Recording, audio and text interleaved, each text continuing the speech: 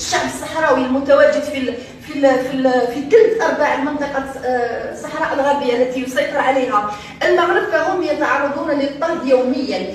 من بينها وهنا اللي يدفع بالازمه الكركرات. الكركرات هنايا راهو يسيطر عليها المغرب.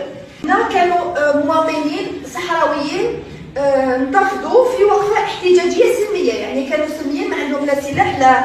هنا تسببوا في قطع طريق هنا طريق الممر الاقتصادي اللي كاين ما بين المغرب اللي تستعمل المغرب مع موريتانيا. واش دار المغرب؟ قاومهم بالسلاح وتسبب في جرح وحرق مساكن تاع الصحراويين. دونك هذا الهجوم على الشعب الصحراوي بدون سلاح هو اللي عاود خلق الازمه هذه وين